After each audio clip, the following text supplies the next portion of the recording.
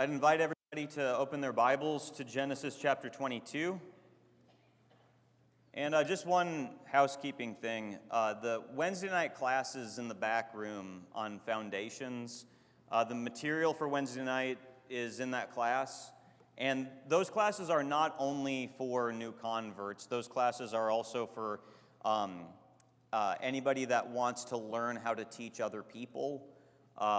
And the things that we're going to be going through are going to have different layers of depth to it as well. So if you've been a Christian for a long time, I think there'll still be good things to learn and pick up on and think about. I did not know that it was Father's Day today when I decided to preach on a text of a man offering up his son. And so, but maybe there's a lesson in that as people think about Father's Day and celebrating fathers, that the godliest of fathers are those who put not even their own children above God. We're going to be looking at this famous text this morning of Abraham offering up his son Isaac. But maybe a question to orient ourselves to this text would be, how important is God to you? How important is God to you?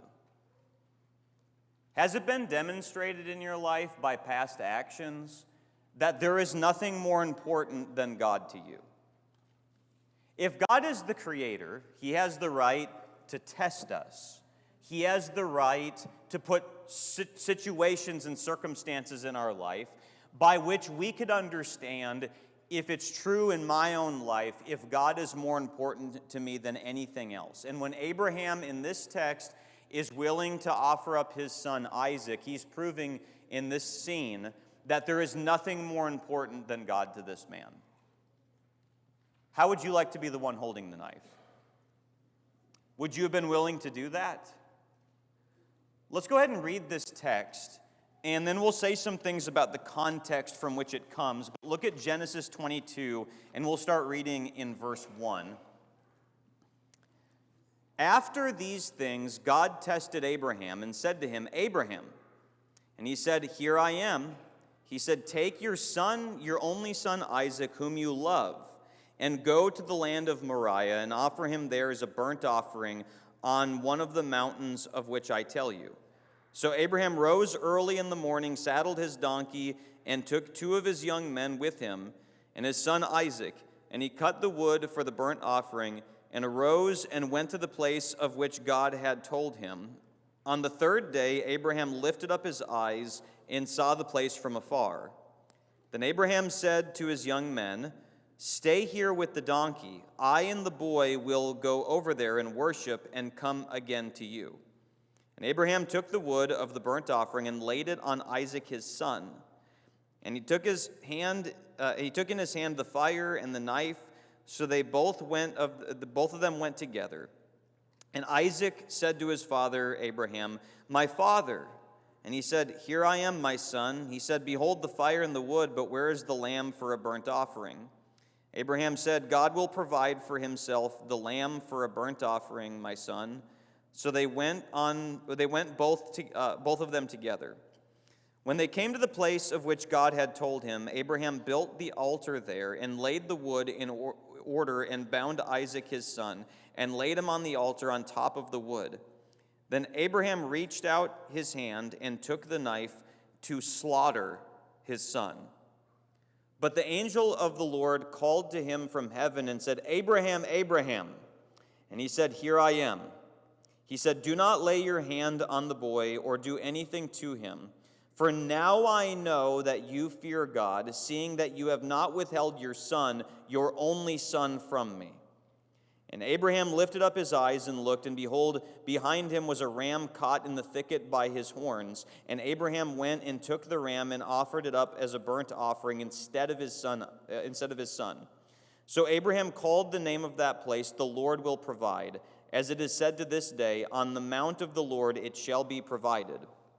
And the angel of the Lord, called to Abraham a second time from heaven and said, By myself I have sworn, declares the Lord, because you have done this and have not withheld your son, your only son. I will surely bless you, and I will surely multiply your offspring as the stars of heaven and as the sand that is on the seashore. And your offspring shall possess the gate of his enemies. And in your offspring shall all the nations of the earth be blessed, because you have obeyed my voice. So Abraham returned to his young men, and they arose and went together to Beersheba, and Abraham lived at Beersheba. I want to draw our attention, first of all, to how this text opens up. This text opens up in verse 1 by saying, after these things. This text is like a climactic moment in the life of Abraham, and I don't know that by saying after these things, we're only supposed to think about the chapter right before this, but we're supposed to think about the summation of what's been going on in his life to get to this point. Recall back when Abraham and his wife are first introduced in Genesis 11:30, that she is barren. Do you remember the promises or the curses in Genesis chapter 3? One of the curses is that there would be pain in childbearing. I don't think that means in Genesis 3 that the act of giving birth will just hurt more. Although I think that that would hurt. I'm a father. I've seen, it hurts. But in the book of Genesis, are there people that have problems conceiving? And maybe even after they've conceived, are there problems of children sometimes dying? Or are there problems of brothers not getting along with their fellow brothers or sisters, things like that? And so it's like the whole thing of having children is going to be more complicated now. And she's one of the ones experiencing that curse, the pain of childbearing. I haven't been able to get pregnant yet. But it's in Genesis chapter 12 where God makes promises to Abram and Sarai that through him he's going to be made into a great nation that's going to bless the world, and they're going to need this great territory to be able to settle all their people in. And so God tells Abraham in Genesis 12 to go from your country. There's 2 times in Abraham's life where God tells him to go. The first time is in Genesis 12. The second time is going to be in Genesis 22, the text that we're looking at right now. So he makes these promises to him, and there's about 10 years that go by, and still there's no child. So one of the ways that people in this culture would have a child through their wife is they would get a concubine, and the concubine would give birth to somebody, and then say that it was the wife's child. That was the cultural way of doing that. And so they do that, and they take matters into their own hands, and they try to help God out by expediting the promise, because it's not like they're very young and all that. And that's not going to be the child. It's not going to be Ishmael. And so they have to wait a total of 25 years until in Genesis chapter 21, when Abraham is 100 years old and Sarah is 90 years old, that this promised child finally comes. And it's in this story that God tells Abraham to sacrifice that child. Well, does that make God contradictory? How could God command something like this? After all, later on in the book of Leviticus, God is going to say, you do not offer any of your children as sacrifices. So how could God be asking Abraham to be doing this? Doesn't it seem like God is some kind of a moral monster in this story? There's a couple things to say about that. First of all, it says in verse 1 that God is testing Abraham. God, again, as the Creator, has the right to test us. But if verse 1 says that it's a test, it clues us into the beginning of this, that Abraham is not actually going to have to offer up his son. We'll say more about some of that in a little bit. But the book of Genesis is a book of origins. It explains why there's so many languages in the world. It explains what's wrong with the world. It's sin. It explains why there are thorns and thistles coming out from the ground, all that. I think one of the things that this story is showing us is why God doesn't want, or that God doesn't want child sacrifices. It's not until later in Exodus chapter 12, verse 13, and I think that should actually be 13:13. It's one of the two. But God says, every firstborn of man among your sons you shall redeem, and that would be with money. Like you'd pay an extra tax for every firstborn son that's born. But every firstborn animal is sacrificed to God. Could it be that the Jews could look at this story and go, okay, when Abraham was willing to do it and God says no, that this is not a way that God ever wanted to be honored, but it is a way that God tried to find out or learned or had Abraham learn within himself that God's got to be the prominent thing in your life. Now, Try to get in the shoes of Abraham in this story.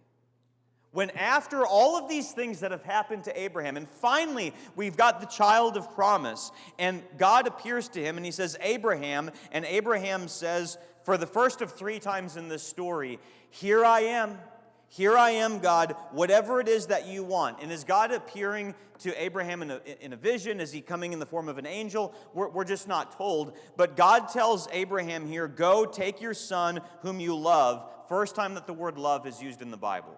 Go take your son whom you love and go offer him as a burnt offering. The first time in the Bible, or the first time that Abraham is told to go from your country, leave your past. And the second time God tells him to go, he's asking him to sacrifice his future.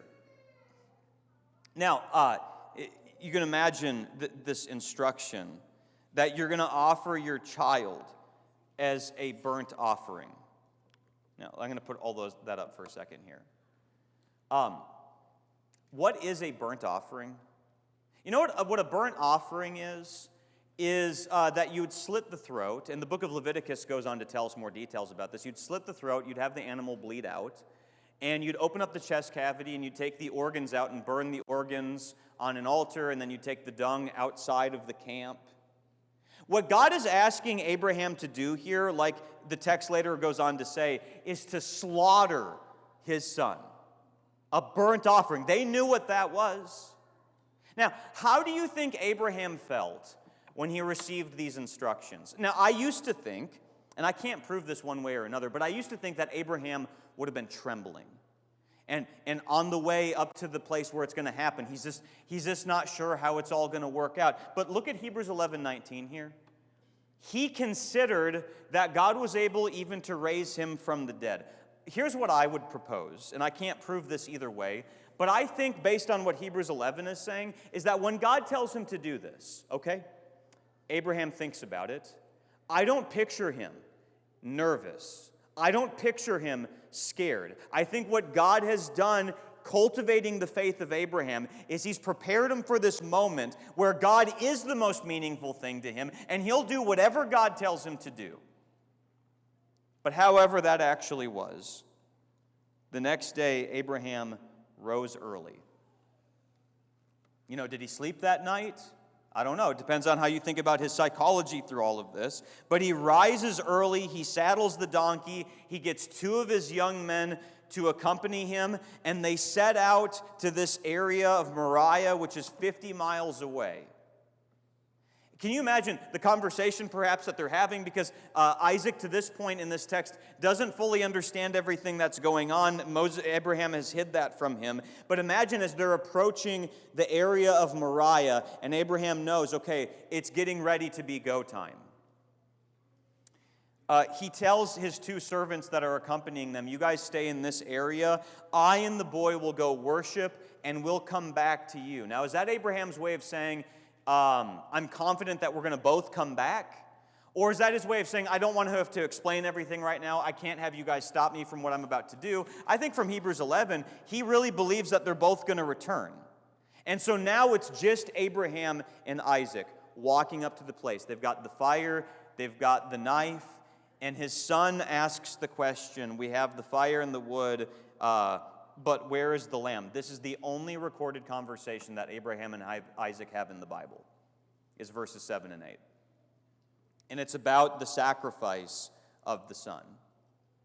And Abraham just says he trusts that God is, in one way or another, going to provide the offering. Somehow it's going to all work out. And he hasn't figured how all of that's going to happen. It might be that he actually has to kill his son and that God will raise him from the dead. But Abraham's not sure how it's all going to be taken care of yet. Have you ever been frustrated before that you didn't know how something in the future was going to work out? Has that caused you at times to not just do what God says? Well, here they are up out Mount Moriah, and they're building this altar. And I think the altar would have been like stones that they placed together. Then there would have been wood on it for it to burn up and everything like that. And here they are piling. Can you imagine the sound of putting one rock, one stone after another until it's formed into the shape of an altar? And we're just not given the details. Doesn't seem like Isaac is refusing, but can you imagine the moment when Abraham looks at Isaac and goes, okay, the altar's made? Can you imagine that? And then with his son on the altar, he's about to slaughter his son in verse 10. In my mind, and maybe in some of the depictions that you've seen in like Bibles that have pictures in it or something like that, have you always had it in your mind that Abraham had the knife up like this? You realize that that's not what it would have been. You can have the knife raised up, but where's the first cut?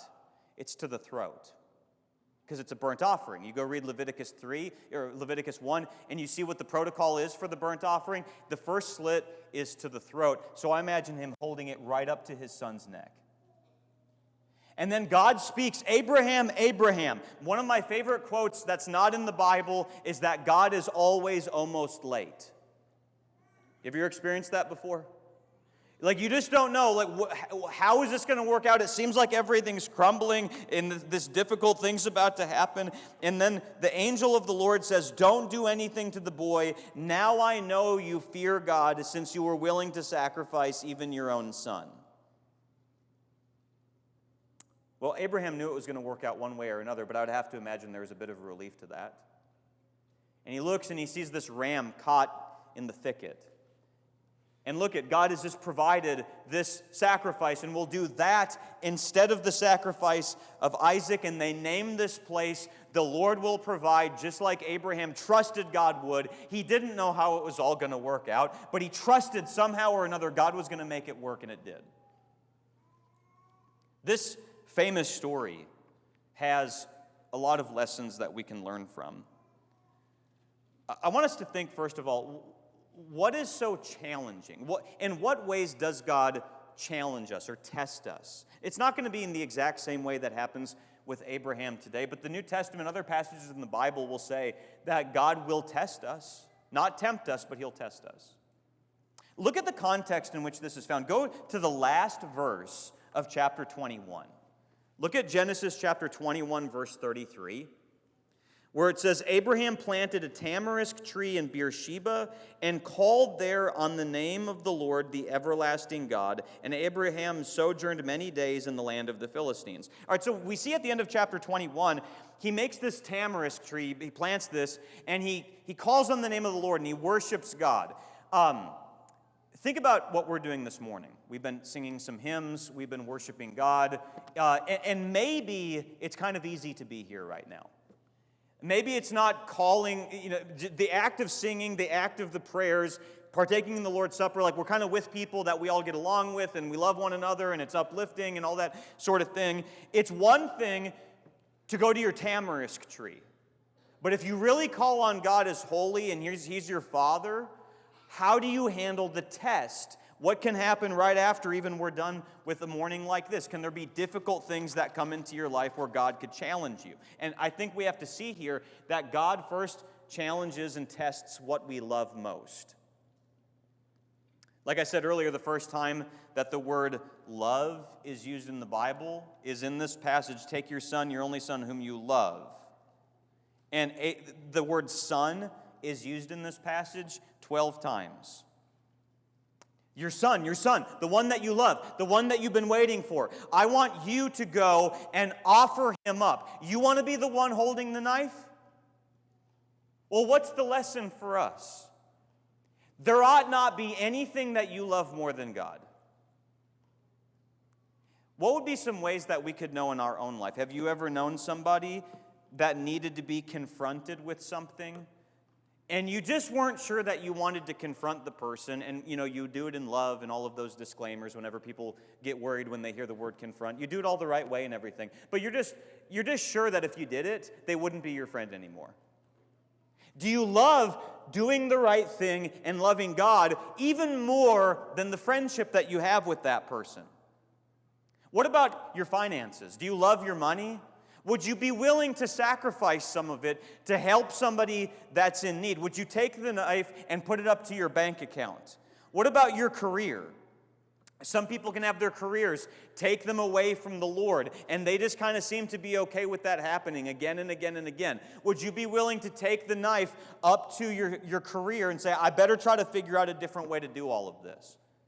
What about how much do you love your free time and your relaxation? Would you ever be willing to put the knife up to your leisure and sacrifice it for the good of other people? You want to know how pagan people showed that they loved their gods? Child sacrifice. And if you think there's ways in which people are not sacrificing their children today, then we'd be naive to think about some of the things that are really going on in this world. But if Abraham is willing to match the same devotion that a pagan would have for their false god, they're willing to sacrifice their children. Abraham, would you be willing to do that? And the answer is yes. I think that hits us right in the gut when we think about things that people might love in the world, and they're willing to lose friends over. They're willing to be alienated over.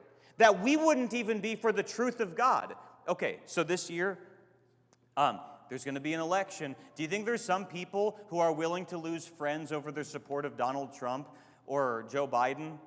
I'm going to post stuff on social media, and I'm going to let everybody know, blah, blah, blah, blah, blah. And I don't care if you don't want to be my friend anymore. It's in the name of Trump or in the name of Biden. You would do that for a politician, but are you going to do that for the Lord?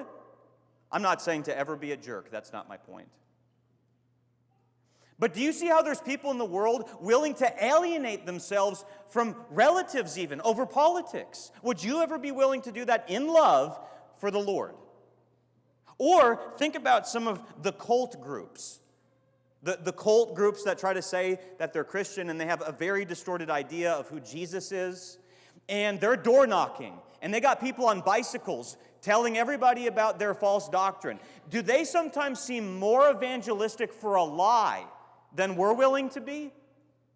Abraham, show me that you love me just as fervently as pagans love their false gods. And he's going to match it.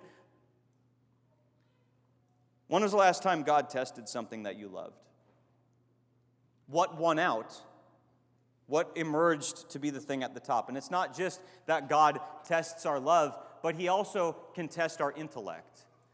Do you think in this moment where Abraham, this is the child of promise, and apparently my bloodline, not through Ishmael, but through Isaac, he's the only son that the promises are going to come through.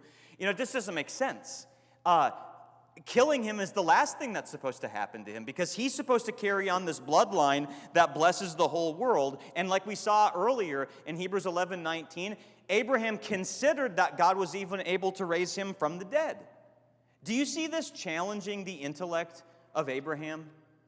Has there ever been a resurrection to that point? No. But Abraham's going, okay, God is really powerful, and I've never seen a resurrection before, but if God is what I think he is, then he could take something that's dead and make it rise from the dead. This is challenging not just what he loves, but it's also challenging his intellect at the same time.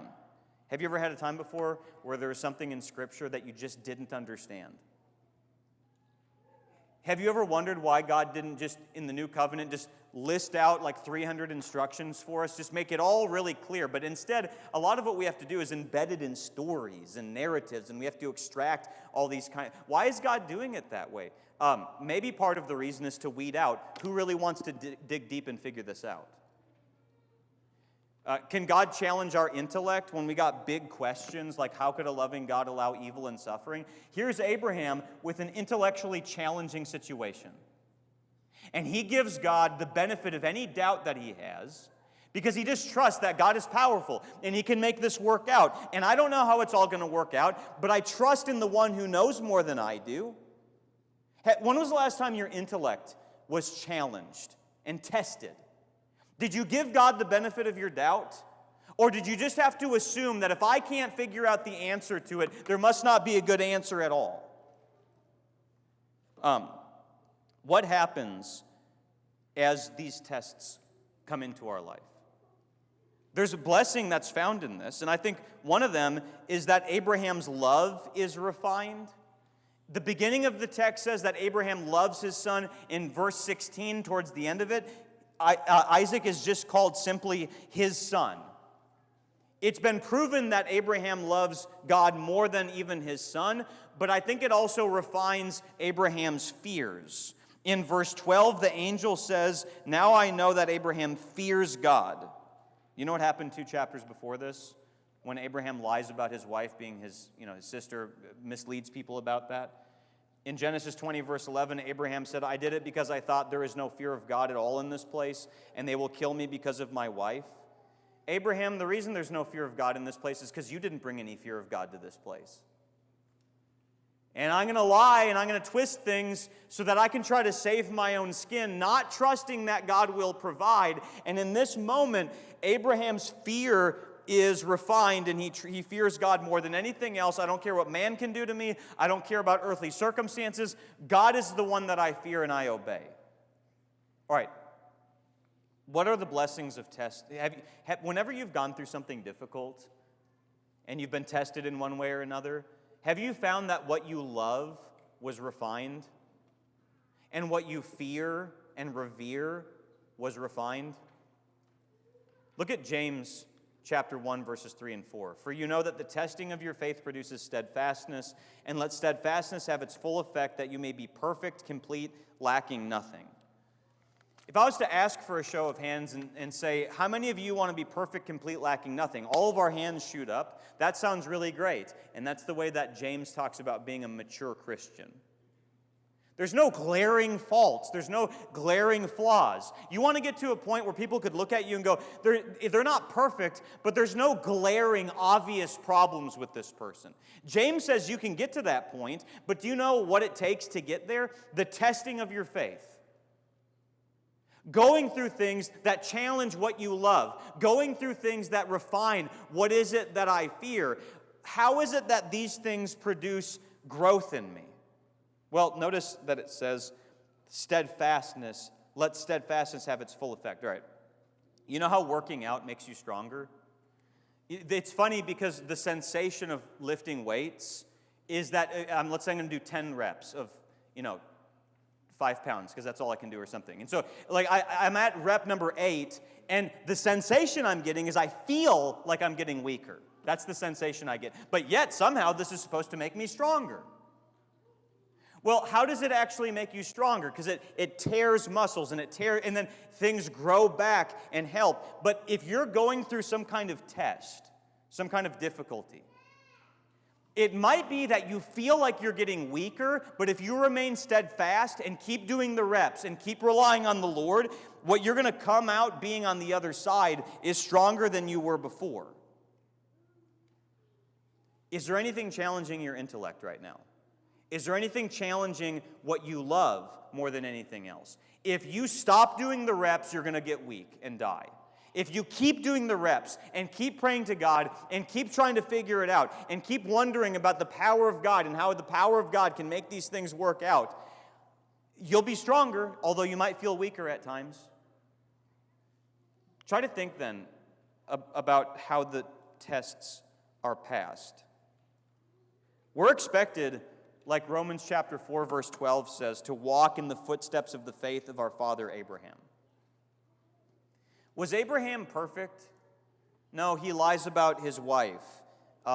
They marry, he has Hagar, and they have Ishmael through. There's times in Abraham's life where he's clearly not being what he ought to be, but look at the patience of God in giving him all of these years to grow and work things out and get to a place of greater maturity than he was before. Do you know what God is looking for in us? Is not immediate perfection, but a trajectory of growth. Look at how Abraham is discussed in James chapter 2, verses 21 and 23. Was not Abraham our father justified by works when he offered up his son Isaac on the altar? You see that faith was active along with his works, and faith was completed by his works. And the scripture was fulfilled that says, Abraham believed God, and it was counted to him as righteousness. And he was called a friend of God. Abraham rose early in the morning to do this. He doesn't delay it. He doesn't go, well, maybe I need some advice from 500 people, and it's going to take me 6 months to do that before I finally do this. Is there anything that you hear week in and week out that you've got to be doing? Anything that you're supposed to be meditating on more that you haven't been meditating on. Areas to serve that you should be serving in and doing more for the Lord. That you keep coming here and you're by your tamarisk tree and you're calling on the Lord, but when the rubber meets the road, you're never going to rise early and do the thing that God had asked you to do. Do you know how you pass the test? Prompt obedience. As long as it is called today, do not harden your hearts in the book of Hebrews. What have you been holding off doing that might seem challenging? Is it confronting somebody that needs to be confronted? Is it finally making the decision to be baptized in the Lord and trusting that one way or another God is going to make things work out? I think one of the ways that we do this is by trusting that He's going to provide. We see Abraham saying that God is going to provide the sacrifice. They get there. He doesn't know how it's all going to work out, and eventually it all works out. Do you think God's going to make things work out for those who are seeking to do His will? He will. He will provide. That may not mean that you're going to be delivered from all the physical things that you might be worried about. But just think about your own past. The fact that you're alive right now. And sometime today, this might be a good little exercise to do. Take your age and multiply it by 365 and go, wow, that's how many days I've been alive, and God's taking care of me every day.